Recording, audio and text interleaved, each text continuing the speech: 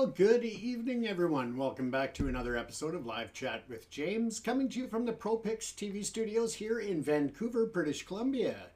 Tonight, we are looking at a few different things that are happening across the country and around the globe. But primarily today, we're going to take a look at some of the top stories that are impacting Canadians, or at least the Canadian headlines. Now, if we start out here, we're looking at the federal election campaign heating up here in Canada. The campaign trail is buzzing with party leaders focusing on key issues like taxes, trade, and tariffs. Of course, those evil little tariff things that we're talking about constantly in the news. One of the most significant points of contention in the U.S. is U.S. President Donald Trump and his trade policies and potential impacts on Canadians. And this is something that we've heard a lot about, but it is really shaping up to have an impact on our federal election. We know that party leaders are crisscrossing the country, making promises and pledges to voters. Most recently, I heard that Pierre Poilievre is looking at a across-the-board cut of 15% for Canadian taxes. But my question is simply, where is he going to come up with the money to cover such a broad and wide-reaching policy? My concern, of course, is that it would come in the form of more debt for Canadians and our long-term sustainability. So again, we have one of the lowest debt ratios in the world. And of course, we don't want to increase that for false claims of tax breaks when it's really going to cost us more in the long run.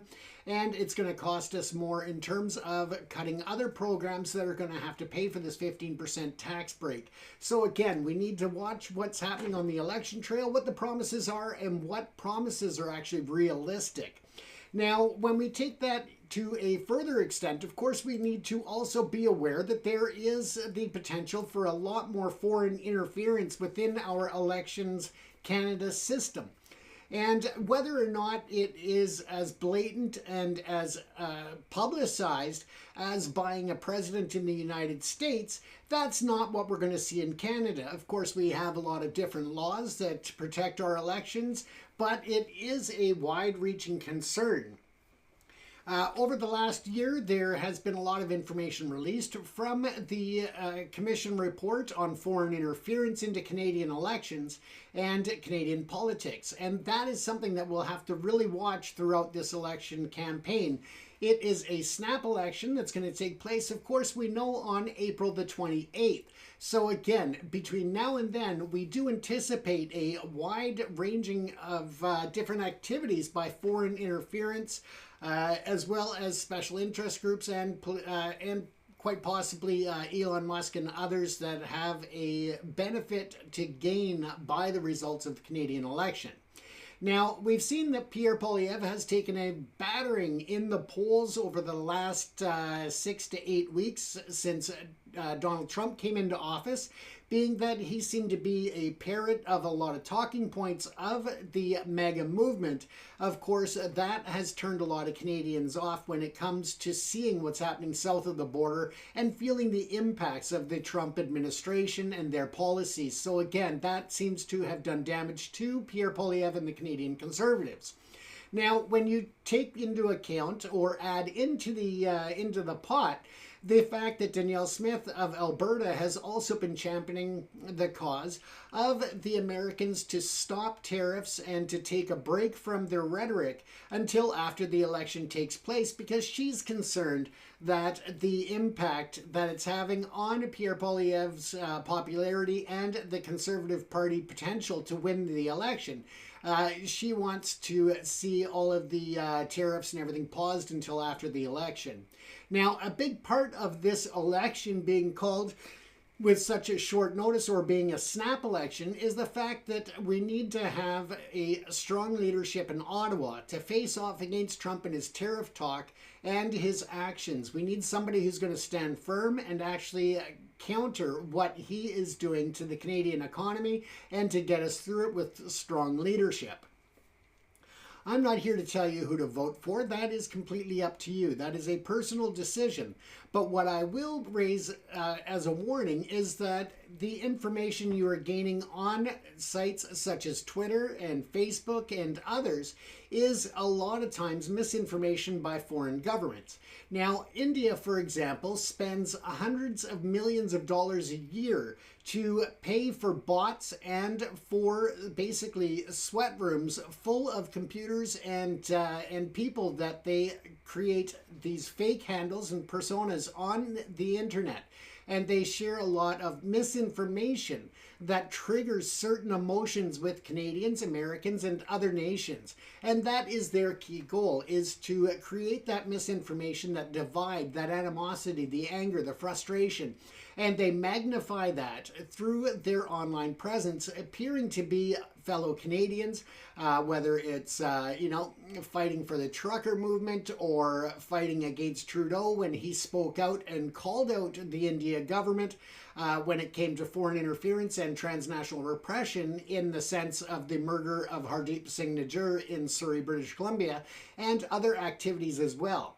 We also know from the past that there has been potential involvement and interference within the Conservative leadership race, as well as with other politicians across the country of different parties, and we need to be aware of that.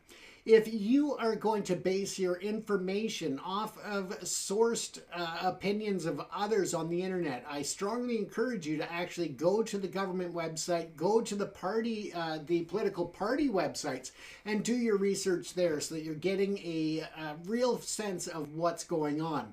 And don't follow just blindly as to what people are putting on the internet, because again, a lot of times those are foreign bots and foreign actors who are acting against the best interests of the country to create divide and to further their agenda. So again, when it comes to the election, be smart, be informed. And again, on the Government of Canada website, you can just do a search for foreign interference, and there's a lot of great resources there in terms of finding out what the risks are, how to identify some of them, and how to be wise about it. And if you feel that you are being pressured or being subjected to foreign interference, by all means reach out to your local authorities or to Elections Canada and speak to someone about it. And that is a great resource as well, because there is a lot stronger monitoring going on in this election by the RCMP, by CSIS and Elections Canada, in order to try and minimize and limit the impact of foreign interference on this election coming up on April the 28th.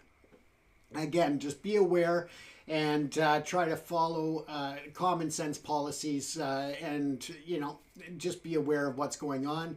And again, research your information. Don't just take it for heart what you see online. Now, of course, as I brought up, that Danielle Smith had asked the U.S. to pause the tariffs until after the Canadian election. This could undermine our negotiating power and our negotiating process, but at the same time, it seems to have actually done more harm than good when it comes to her intentions of supporting Pierre Poilievre and the Conservative Party of Canada. Not a surprise, though, as Danielle Smith seems to be very much about Alberta and her policies, as opposed to standing firm with Canada shoulder to shoulder to fight back against these tariffs. But again, that is neither here nor there when it comes to that. Just make sure that you do your research to be well informed and to place your vote based on what you want, what you feel, and what you believe, and not by falling prey to the misinformation that's circulating online. Now, of course, trade isn't the only issue that is on the minds of Canadians. We have public health concerns are also a big concern, especially in British Columbia, where the toxic drug crisis is continuing to claim lives. Critics are calling for a change to the mental health and addiction services policy and the way in which things are done. This is something that we have covered on the show in the past, drug and addiction services, mental health resources, and of course the opioid crisis. If you want to learn more about the opioid crisis and the impacts on various parts of everyday life and the community, as well as the impact that the Sackler family of Purdue Pharma has had on this problem worldwide, and how they really were instrumental in the crisis in itself. Check out truecrimeandjusticetv.com. We have a series on that. That's one of our sister stations from ProPix TV. And we actually have an in-depth series on the Sackler family, Purdue Pharma, and their involvement in helping to create the opioid crisis in the world, not just Canada-wide, but around the globe. So again, that's truecrimeandjusticetv.com if you want to check out that in-depth series on the opioid crisis when it comes to the impacts on communities, on families, on law enforcement, and so many other areas, but also the in-depth report on the Sackler family and Purdue Pharma.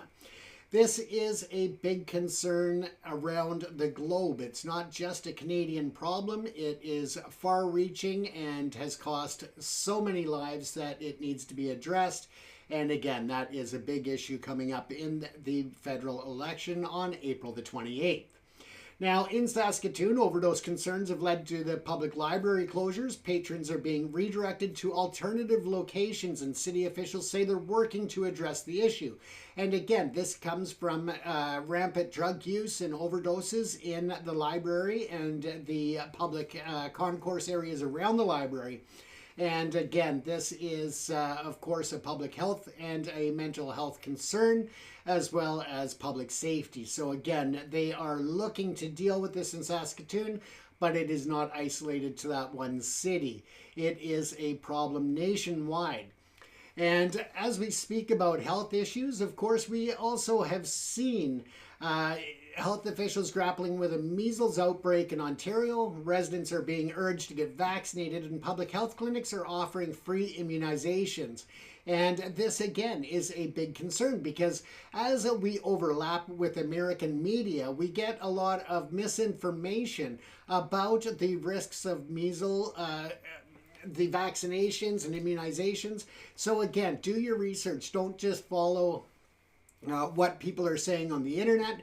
Do your research, because there is a lot of misinformation, including from RFK down in the States, who's actually, in a very powerful role of public opinion and swaying the world of pharmaceutical vaccinations and opinions about that. So again, just do your research, and I can't urge strong enough with the measles outbreak. It is a serious problem, and it can be a very serious illness. So protect yourself and your children. Look into getting vaccinated. Again, there are free vaccination clinics that are being set up throughout Ontario to help with that. Now, in other news, the retail landscape is shifting with the closure of the Hudson Bay stores across Canada. The iconic retailer and department store chain has been a staple of Canadian retail for centuries. Its closure is leaving a gap in many communities. Now, of course, we know that there was an investment firm that took control of the Hudson's Bay Company some years back, and was supposed to revive it. However, it seems that they essentially took the real estate, sold that property, took that money, returned it to investors. And now the stores are instead of being owners of the land, they are renters. And that has created a lot of issue when it comes to the debt that they are carrying. A lot of it has to do with rental payments and property leases and so forth. But it also needs to be said that they are the investment firm that is. They hold a lot of other high-end retail locations and brands throughout the U.S. They have tried to expand certain brands into Canada, and again, they have let the Hudson's Bay Company fall from its great history that it's shared, and of course the cultural significance of the Hudson's Bay Company in Canada can never be understated. When you look back at the history of the Hudson's Bay trading posts, and it is a shame, and it's a sad day for Canadian retail that we see them going down. Now, when this investment firm did take over the Hudson's Bay Company, they also failed to take into account the seriousness of the competition and the online sales world, the online retail world, from companies such as Amazon and others in that area. And that, of course, also contributed greatly to the demise of a Canadian legacy that is the Hudson's Bay Company. So again, it is a sad day for Canadian retail and for Canadian culture that we are losing one of those iconic brands that has meant so much to so many over the years, that it did not transition well. It was a lot of what I would interpret as mismanagement and lack of direction, and a lack of technological advancements in terms of going online and having that opportunity. They also failed to shift the brands and make it more about a shopping experience, and just failed to really capture on that. Cohen Roofing 6, welcome. Welcome everyone to the program. Again, thanks for joining. If you want to share where you're logging in from, by all means do so. It's always great to know where people are joining the program from. If you have topic ideas, of course, you can also throw those up in the comments. I'm always happy to shift the conversation and, talk about things that are important or that you want to discuss. In terms of headlines, though, as we have been crossing the country, there are concerns about increased crime with reports of organized burglary rings operating in Canada, and police say they're working to disrupt these criminal networks and keep communities safe. Now, a lot of this has to do with gang activity and organized crime, that they are targeting, a lot of higher end homes, but also middle class homes as well. They are looking for, anything that they can get their hands on that has any particular value that they can resell, and of course, generate money for the criminal gang activity and organized crime. This is a growing concern in Canada. We know that we had a big issue with home invasions and auto thefts, as well as, of course, carjackings and such throughout Ontario and the rest of the country.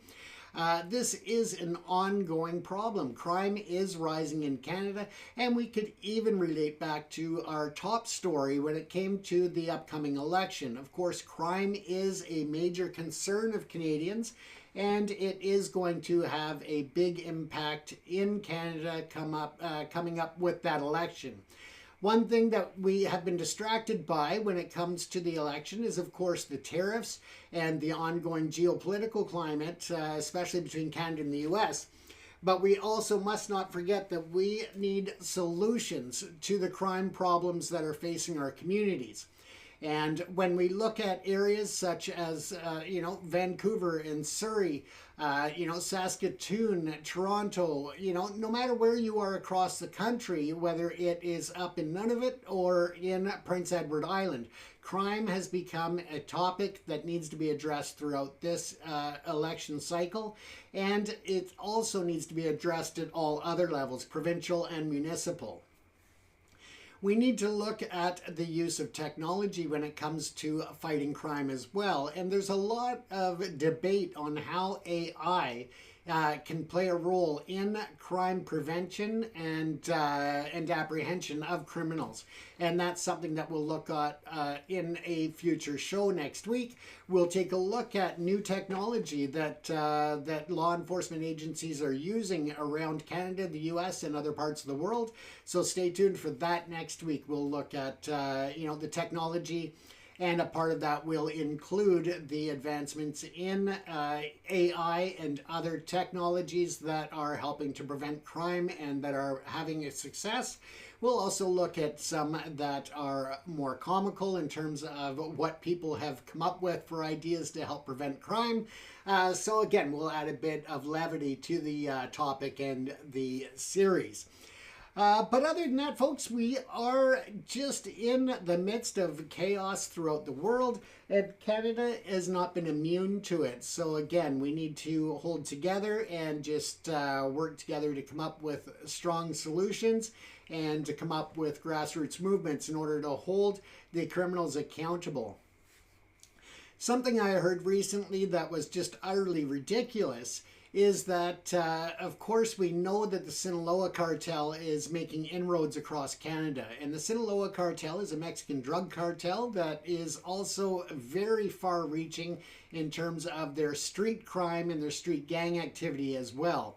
And what came out is that, of course, there was a very large bust in terms of drugs, weapons, and cash, among other things, that was found within a police raid at a home in Surrey, British Columbia. This was directly linked to the Sinaloa cartel, and there was mass amounts of evidence in this case. Now, a unidentified government worker or someone close to law enforcement and the criminal prosecution says that they are not looking at prosecuting the case. And the reason might stagger most Canadians and shock you. The reason that they are talking about not prosecuting this Sinaloa cartel-linked crime is that there's too much evidence.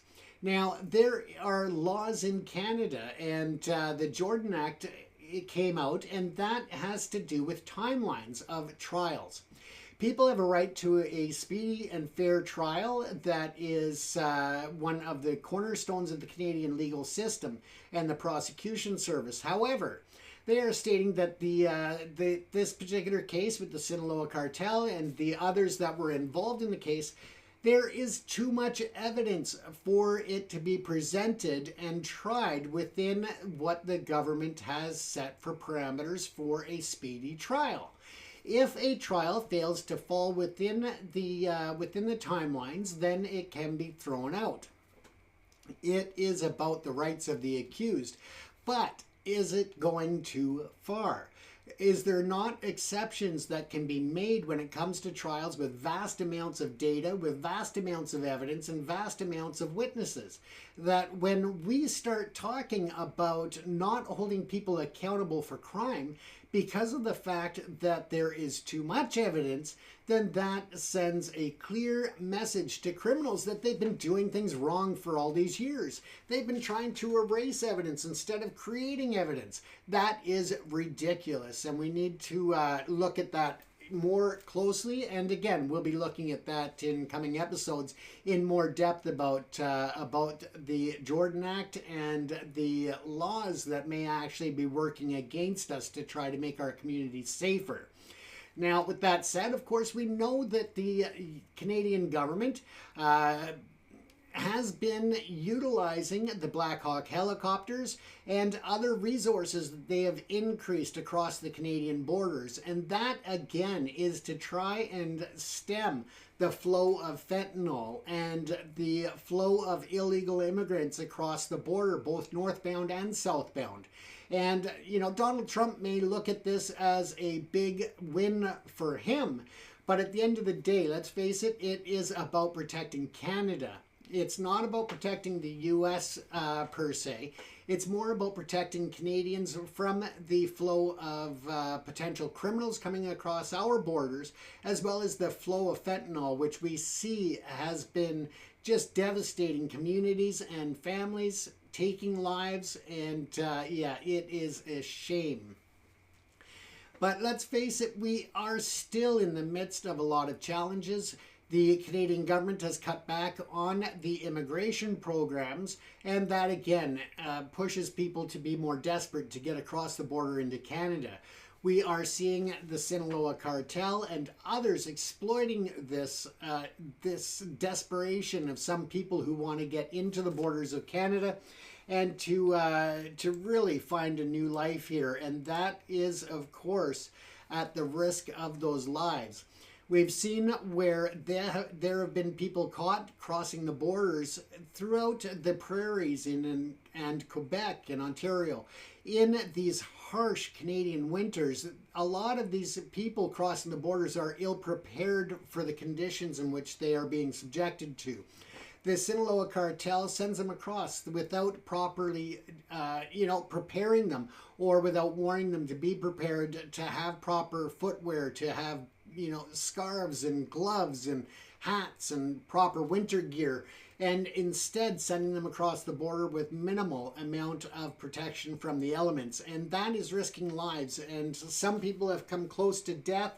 It is something that needs to be cracked down on. And that is where those Black Hawk helicopters can definitely come into play and help to curb the people coming across the border, but also to rescue those who may cross the border, not be prepared for the winter conditions.